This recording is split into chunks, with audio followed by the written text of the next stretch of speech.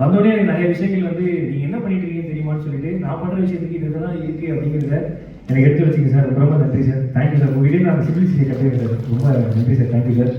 அப்புறம் கார்த்திக் ப்ரோவும் நானும் எப்படின்னா இந்த ஜவுளி கடையும் கட்டப்பை மாதிரி ரொம்ப நாளாக வந்து என்னுடைய பக்கம் தொடருது. ஸோ அண்ணன் ரொம்ப ரொம்ப நன்றி. அண்ணன் வந்து மோட்டிவேஷன் ஸ்பீச் பேசாத இடமே கிடையாது. ஸோ அட்ரஸ் கேட்டால் கூட 5 நிமிஷம் மோட்டிவேஷன் கொடுத்து தான் அனுப்புவார். ஸோ அந்த அளவுக்கு ஒரு அற்புதமான அண்ணன். ரொம்ப நன்றிங்க. தேங்க்யூ நன்றி சார். ரொம்ப ரொம்ப நன்றி சார். உங்கள் 2 பேருக்கும் thank you sir. Thanks sir. Sir நீங்கள் பேசுகிறது ரொம்ப ரொம்ப சிறப்பாக இருந்தது சார். சாயராக பார்த்த விஷயங்கள் எல்லாத்துக்கும் ரொம்ப ரொம்ப நன்றி சார். Thank you sir.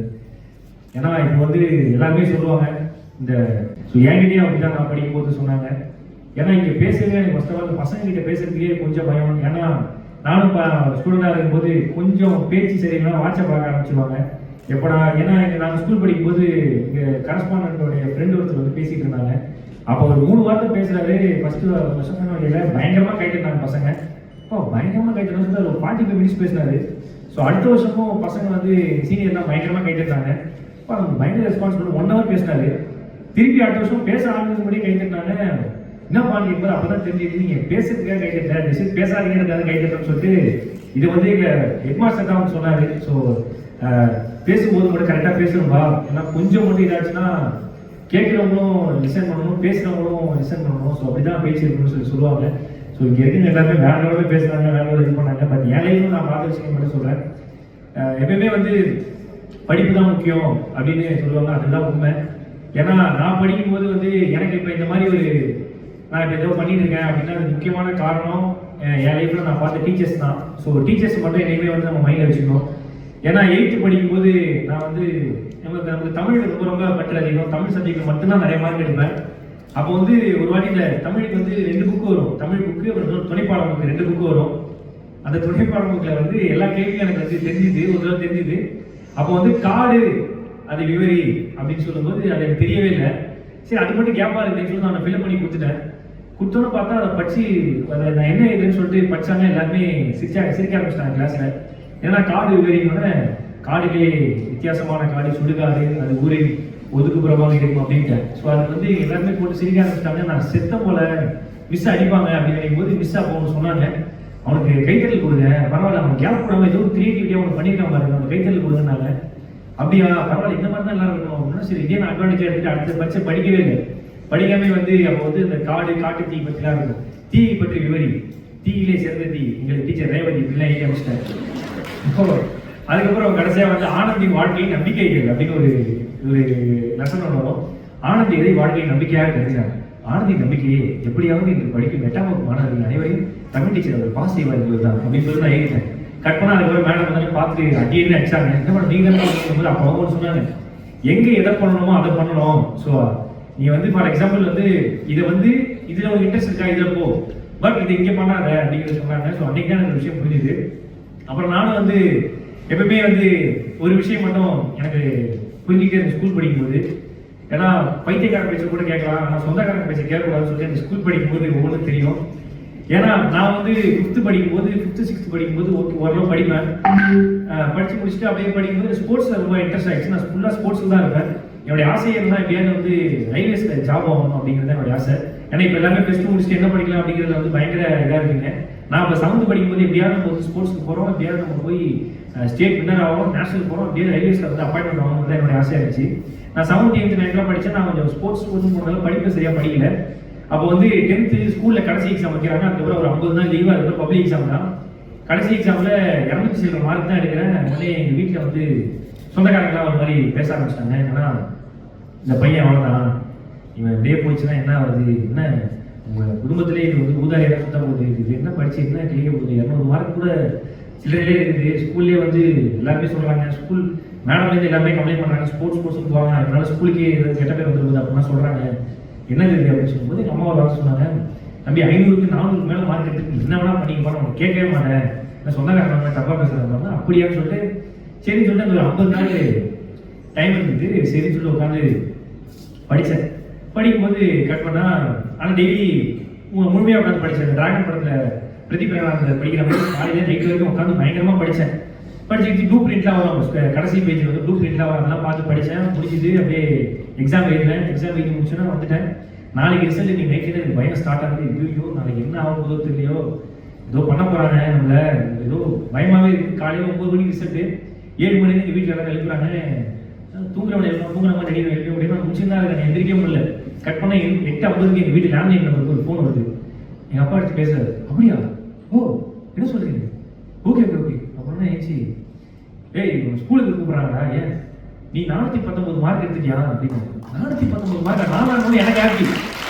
ஏன்னா நம்ம 419 மார்க் எடுத்துக்கணும் நம்மளா அப்படின்னா சரி ஓகேன்னு சொல்லுவோம். உடனே போய் கிளம்பிட்டு நானே ஃப்ரெண்டு வீட்டுக்கு போகிறேன். ஃப்ரெண்டு விஜய்னு ஒரு ஃப்ரெண்டு இருக்கான். அவன் வீட்டுக்கு போகும்போது பார்த்தா அவன் பாத்திரங்கள்லாம் பறகுது. ஏன்னா நானும் அவன் தான் 200 மார்க் எடுத்தோம். அப்புறம் அவனை கூப்பிட்டு வாடகை செய்வோம் போகலாம் அப்படின்னு. ஏய் எங்கள் அம்மா அடிக்கிறாங்கடா, 110 மார்க் தான் எடுத்துருக்கிறேன் அடிக்கிறாங்க. ஏய் வாடகை நீ எடுத்து 410, நீ எப்போ 419 எடுத்த, அதெல்லாம் எடுத்த செய்வான். நான் கூப்பிட்டு போனால் எங்கள் ஸ்கூலில் வந்து பிடி மிஸ்ஸு பிடி சார்லாம் வந்து கேக்கு அந்த சால்வெல்லாம் வச்சுட்டு வெயிட் பண்ணுறாங்க. ஸ்வீட்டு சால்வெல்லாம் வச்சுட்டு வெயிட் பண்ணுறாங்கன்னு யாருக்கும் கேட்டேன், உனக்கு தான் அப்படின்னாங்க. எனக்கு எதுக்கு, இதான் 490 மார்க் எடுத்திருக்கே அப்படின்னு. அம்மா 490 அதுக்கு எதுக்கு, ஏய் 490 இல்லைடா 490, 590 மார்க் எடுத்திருக்க, நீ ஸ்கூல் டாப்பர்டா அப்படின்னாங்க. உண்மையே புரியல சார் என்ன சொல்றீங்கன்னா. அப்போதான் எனக்கு ஒரு விஷயம் புரிஞ்சுது, எவ்வளோ நேரம் படிக்கிறோம் முக்கியம் இல்லை, படிக்கிற கொஞ்ச நேரம் வந்து ஒழுங்காக படிக்கிறோமா அப்படிங்கிறது தான் முக்கியம்னு சொல்லி புரிஞ்சுது.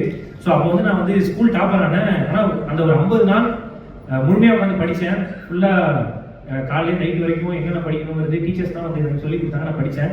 ஸோ படித்து முடிச்சதுக்கப்புறம் ஓகே இவன் டாப்பர் ஆகிட்டான். இதுக்கப்புறம் இவன் வந்து எங்கள் அம்மா சொல்லிட்டாங்க, நீ டாக்டர் ஆகிடுவா, பெரிய ஆள் ஆகிடுவேன், தெரியும்ல என் பையனை பார்த்தீங்களா 500 400 எடுத்துட்டான் அப்படின்னு. என் ஃப்ரெண்ட்ஸ் எல்லாம் போய் சொந்தக்காரங்க ரசனை வெளியாக அடிக்கிறாங்க. பார்த்தியா 400 எடுத்து நான் 10 வச்சாங்க. சரி ஓகே நான் எங்கிட்ட 400 எடுத்து கேட்க மாட்டாங்க சொல்லி நான் +1 படிக்கிறேன். +1 படிக்கும்போது அப்படியே போது ஃபர்ஸ்ட் பயாலஜி எடுப்பாங்க, பயங்கரமாக இருக்கும். பயாலஜி எடுத்து அவன் டாக்டர் ஆகிட்டான்னா வேற லெவல் அப்படிங்கிறாங்க அம்மா. சரி நானும் பயாலஜி எடுக்கிறேன். பயாலஜி எடுத்து அது வந்து பாட்னி ஜுவாலஜி 2 புக்கு வருது. ஓகே உடனே ஃப்ரெண்ட்ஸ் எல்லாம் கம்ப்யூட்டர் சயின்ஸ் எடுக்கிறாங்க. பார்த்தா 75 மார்க் முன்னாடியே வருது. சரி ஓகே நானும் படிக்கிறேன். கட் பண்ணால் ஃபஸ்ட்டு எக்ஸாம் நடக்குது ஸ்கூலில். படித்து முடிச்சு ரிசல்ட் வருது. எல்லாத்துலேயும் ஓரளவு டீசெண்டான மார்க். இதில் பார்த்தா 42 மார்க் எடுத்துருக்காரு. என்னால் முடியவே படிக்கவும் முடியல. கட் பண்ணால் பாதிக்கு மேலே நான் போயிட்டு இல்லை என்னால் முடியல தயவுசெய்து நான் கம்ப்யூட்டர் சயின்ஸ் மாற்றி விட்டுருக்கோன்னா எங்கள் வீட்டில் செய்தோ பண்ணு பாண்டி அப்படின்னா ஸ்கூலில் விட மாட்டாங்க. எனக்கு கேட்கலாம் ஒரு மேடம் ஒருத்தவங்க தான் ஹெட் மாஸ்டர் வந்துட்டு கேட்டேன், மேடம் தயவுசெய்து கம்ப்யூட்டர் சயின்ஸ் மாற்றி விட்டுருக்கணும், அதாவது பண்ணிடுவாங்க நான் படிச்சுன்னு சொன்னேன். அவங்க கம்ப்யூட்டர் சயின்ஸ் வந்து மாற்றி விட்டாங்க. நானும் படித்தேன். அப்போ வந்து சொல்கிறாங்க 10th முடிச்சேன்னா ஏன் நீ +1 ஜாலியாக இருக்கும் அப்படின்னு சொன்னாங்க. அதே மாதிரி நானும் 10th முடிச்சுட்டு +1 போனேன். +1 கஷ்டமாக இருக்குது. ஏன்னா 200 மார்க் படிக்கணும். +1 கேட்குறேன்னு அப்போ சொன்னாங்க +1 முடி காலேஜ் போனால் வேற லெவலில் ஜாலியாக இருக்கும் அப்படின்னாங்க. சரி சொல்லிட்டு நானும் அந்த +1 அப்படியே வந்து படிக்கிறேன். படித்து முடிச்சுட்டு +2 வந்து கிட்டத்தட்ட ஒரு டீசெண்டான மார்க்கு. காரணம் வந்து ஸ்போர்ட்ஸ்னு போயிட்டேன். போனோடனே அதுக்கப்புறம் நைட்டு +2 முடிச்சதுக்கப்புறம் எனக்கு +1 படிக்கும் போதே நைட்டு நம்ம மீடியாவில் போவோம். என் மைண்ட் மாறினே இருக்குது. மீடியாவில் போகணும் நம்ம, ஏன்னா நமக்கு ஸ்போர்ட்ஸ் வேணாம், மீடியாவில் போயிடலாம், நமக்கு இன்ட்ரெஸ்டாக தான் எல்லாருமே ஸ்கூலுக்கு பசங்க ஏற்றி விட்டாங்க. ஏன்னா சும்மா வந்து ஏதாவது நான் காமெடியாக பேசிட்டு இருப்பேன், ஏதாவது ஜாலியாக பேசிட்டு ஏய் அன்னைக்கு பார்த்தியா சொன்னாங்க பார்த்தியா லெவல் மிஸ், நீ தாண்டா உன்னுடைய டேலண்ட் அங்கே தான் இருக்குது, நீ எங்கே போகணும்னு. சரி ஓகேன்னு நான் என்ன பண்ணுறேன், இப்படி போகலாம் அப்படிங்கிற மாதிரி பிளான் பண்ணிட்டு +2 முடிச்சோன்னா இங்கே சென்னை வந்துட்டேன். சென்னை வந்துட்டு மார்க் வந்துச்சு, ரிலீஸ் ஆகிடுச்சு. +2 முடிச்சுட்டு எல்லாருமே ஒரு பக்கம் வந்து ஏய் +2 முடிச்சிட்டேன், இது போனால் இன்ஜினியரிங் படித்தா தான் வேல்யூ தெரியும்ல, இன்ஜினியரிங் முடிக்கணும், அதை தாண்டி எதுவுமே பண்ண முடியாது. நான் தான் ஒருத்தர் சொல்கிறேன் இன்ஜினியரிங்லாம் படிக்காத மச்சான், படித்தவங்களுக்கே வேலை இல்லை, எல்லாருமே சொல்கிறாங்க. அப்படி இப்படி டிரான்சாக்ஷன் ஆகுது. +2 முடிக்கிறேன். +2 முடிச்சோன்னே எங்கள் வீட்டில் கேட்குறாங்க காலேஜ் சேர்ந்து கேட்பான்னு கேட்குறாங்க. சேர்ந்துட்டேன்னு சொல்லி போய் சொல்லி நான் 3 மாதம் காலேஜே சேரல. ஏன்னா ஒருத்தர் சொல்கிறாரு தம்பி நடிக்க போகிறதுக்கு வந்து படிப்பு தேவையில்லப்பா, நீ அப்படியே ஜாலியாக போயிடலாம், நீ வந்து ஆக்டிங் கோர்ஸ் ஏதாவது படிச்சுக்கணும். நான் அப்படியே 3 மாதம் எங்கள் வீட்டில் ஏமாற்றிட்டேன். எங்கள் அம்மா கண்டுபிடிச்சி வா காலேஜ் பார்க்க கூட்டு பண்ணால் நான் காலேஜே சேரணும்னு. அப்போ ஃபாதர் வந்து லேலா காலேஜில் வந்து ஒரு ஃபாதர் இருக்காரு. அந்த ஃபாதர் உண்மையிலே அந்த ஃபாதர் வந்து ரொம்ப நல்ல மனுஷன். ஏன்னா அவர் வந்து எனக்கு செஞ்ச உதவி நான் மறக்கவே மாட்டேன். போகும்போது எங்கள் அம்மா சொல்கிறாங்க, அம்மா படிக்கல வேணாம்மா, ஆக்டர் ஆகும்னா நம்ம எப்படியே போகலாமாம்மா அப்படின்றா. இல்லைப்பா சொந்தக்காரங்க அப்பா பேசுவாங்க, அட்லீஸ்ட் கல்யாண பத்திரிகை டிகிரி போடுறதுக்காக ஏதாவது வேணும்ப்பா. அப்போ கூட சொந்தக்காரங்க சரி ஓகே வாங்க அப்படின்னு சொல்லிட்டு நேராக போயிட்டு ஃபாதர்கிட்ட கேட்குறாங்க, என்னப்பா ஓகே டீசெண்டான மார்க் எடுத்துருக்க, என்னப்பா நீ இப்படி என்ன சேர போகிற அப்படிங்கும் போது சரி ஓகே பிஎஸ்சி எடுத்துக்கிறியா, இல்லை வேணாம். மேக்ஸ் படிக்கிறியா, இல்லை வேணாம். என்னென்ன படிக்கணும், பிஎஸ்டி படிக்கணும்னா அவங்க திட்டிக்கிறாப்பா நீ எடுத்த மார்க் இந்த கோர்ஸ் தான் தரேன், நீ பிஎஸ்டி படிக்கிறியா, சரி ஓகே படிக்க விட்டாங்க. கட் பண்ணால் 25,000 ஃபீஸ் கட்டணும். எங்கள் அம்மா கிட்ட வந்து அப்போ காசு 5,000 வச்சுருந்தாங்க. அப்போ வந்து ஒரு சொந்தக்காரங்க காசு வாங்கி அந்த காசை கட்டுறாங்க. எனக்கு அந்த காசை கட்டும்போது மைண்டே இல்லை, என்னடா அது இந்த காசை நம்ம கட்டுறாங்களே, நம்மளால எதுக்கு இவ்வளோ கஷ்டப்படும்னு சொல்லிட்டு நான் அந்த காசை வாங்குறாங்க, வாங்கி கட்டுறாங்க. கட்டி 3ஆவது நாள் சொந்தக்காரங்க காசு கேட்குறாங்க, அந்த காசு எப்போ தெரியுங்கன்னு சொன்னால் எனக்கு மைண்டு போயிடுச்சு. ஃபர்ஸ்ட் நாள் காலேஜ் 1:50 காலேஜ். நான் போகிறேன் உள்ள மதிய ஷிஃப்ட்டு போகும்போது ஜனவரியாக நிறைய பார்க்குறேன். பசங்க பொண்ணுலாம் பயங்கர ஐஃபியாக இருந்தாங்க. நம்ம லோவர் மிடில் கிளாஸு. ஸோ ஒரு பேண்ட்டு, ஒரு டிஷர்ட்டு, ஒரு நோட் இது வச்சுட்டு போகிறேன். அவங்க கூட மிங்கில் ஆக முடியுமான்னு தெரியல. ஏன்னா ஒரு பையன் கார் அந்த ரிமோட் வச்சுட்டு சுற்றிட்டு இருந்தா அப்படியே பார்த்தேன். சரி ஓகே, ஒரு வாரம் விஜய் டிவியில் போய் ட்ரை பண்ணுவோம். பின்னாடி தான் விஜய் டிவி.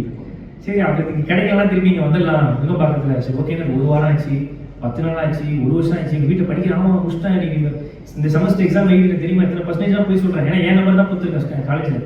ஃபஸ்ட் இயர் முடியுது, செகண்ட் இயர் முடியுது, 3rd இயர் படிக்கிறதுக்குள்ள நான் வந்து விஜய் டிவி போயிட்டேன். கலக்க பூஜைலாம் முடிச்சு அதுக்கப்புறம் அந்த கலக்க பூஜை போனதுக்கப்புறம் ஒரு 5 வருஷம் கழிச்சு அதே காலேஜில் கெஸ்ட்டாக கூப்பிட்டாங்க. ஸோ அப்போ தான் எனக்கு ஒரு புரிஞ்சுது. இன்னை வரைக்கும் அந்த காலேஜுக்கு போகவே இல்லை. ஒரு 7-8 வரைக்கும் கூப்பிட்டாங்க போல. காரணம் எனக்கு பயமாக இருக்குது.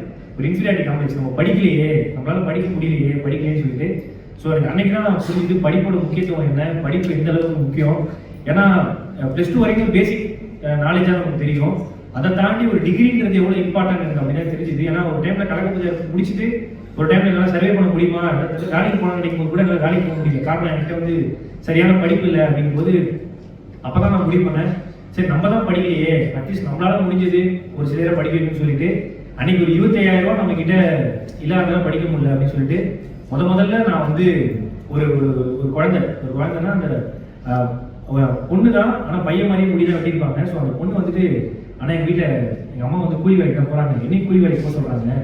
ஸோ ஒரு 15,000 ரூபா ஃபஸ்ட்டு செமஸ்டர் ஃபீஸ் மட்டும் கட்டினீங்கன்னா நான் படிச்சிடுவேன் அப்படின்னா, அப்படியே சொல்லி சும்மா என்கிட்ட வர காசு அப்படியே சும்மா 2018 அப்படியே சும்மா காசு கொஞ்சமாக கட்டி அந்த பொண்ணை படிக்க வச்சேன். அந்த பொண்ணு 3 வருஷம் படித்து முடிச்சாங்க. படித்து முடிச்சுட்டு அப்போ வந்து எங்கள் வீட்டில் சொல்கிறாங்க, இது படித்தவங்க வேல்யூங்கிறாங்க, வீட்டு வேலையை பார்த்தாலே எங்கள் அம்மா ஒரு 1000 எக்ஸ்ட்ரா வருவாங்க சொல்கிறாங்கன்னு சொன்னாங்க.